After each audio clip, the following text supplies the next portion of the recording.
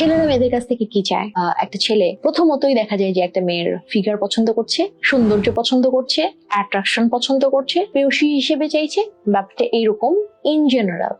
কিন্তু ছেলেরা একটু যদি ডিপলি কাউকে ভালোবাসে, একদম ভালোবাসে, চোখ বন্ধ করে ভালোবাসে, তাহলে সেই জায়গাটাতে আসলে এমন একজনকে ভালোবাসে যে আসলে একটু মমি টাইপের, লাইক তার খুব স্নেহ, মায়া, মমতা। ছেলেরা যেরকম শক্ত একটা খোলস দিয়ে থাকে, শামুকের মতো, ওরা যে ভিতরের কোমল অংশটাকে যদি কেউ স্পর্শ করতে পারে, কোমল জায়গাটাতে যদি কোনো সাপোর্ট দিতে পারে, একটা মেয়ের উপরে যদি নির্ভরতা পায় যে এইটার সিকিউরিটি সে তার কাছ থেকে পাচ্ছে, মানে এই মেয়েটার কাছে গেলে সে তার নিজেকে ভুলে থাকতে পারছে এবং সে অনেক বেশি কনফিডেন্ট বা আরাম পাচ্ছে। শান্তি বলে একটা কথা আছে না, যে ওর কাছে গেলে বি ইয়োর সেলফ, মানে ওই ছেলেটা তার মতো করেই, আমরা যেটা বলি যে একটা শান্তি, প্রশান্তি, এই জায়গাটা নির্ভরতা, নিশ্চয়তা, সাপোর্ট করা, অ্যাজ ইট ইজ ছেলেটা যেরকম আছে সেইভাবে যদি একটা মেয়ে একটা ছেলেকে বুঝতে পারে, তাহলে সবাই বলে না যে চেহারা চেহারা চেহারা, ফেস, অ্যাট্রাকশন, এত কিছু, হট হতে হবে, এইগুলো আসলে কখন লাগে? যদি একজন মানুষ তার বাকিটা না দেখে, শুধুমাত্র ফ্রন্ট দেখেই তাকে পছন্দ করে, অ্যাপিয়ারেন্স দেখে পছন্দ করে,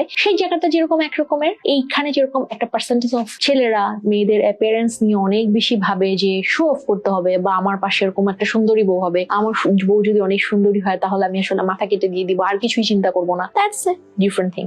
বাট বেসিক্যালি একটা ছেলে যদি আসলে মনে করে যে তার সাপোর্ট লাগবে, যেহেতু ছেলেরা অনেক বেশি চাপা স্বভাবের হয় এবং নিজেকে শেয়ার বা এক্সপ্রেস করতে পারে না, এক্সপোজ করতে পারে না, সেই জায়গাটাতে একটা মেয়ে যদি তার ভেতরের এই কোমল অংশটাকে বা এই সত্তাটাকে স্পর্শ করতে পারে, তাহলে আসলে ছেলেরা ওই মেয়েটাকে কোনো অংশে কোনোভাবেই ছেড়ে দিতে চায় না। সবাই কি আর ঐশ্বরিয়া দীপিকাকে পায় নাকি? আমাদের সোসাইটি ঐশ্বরিয়া দীপিকা দিয়ে ভর্তি। আপনার কাছে কি মনে হয় বলুন তো?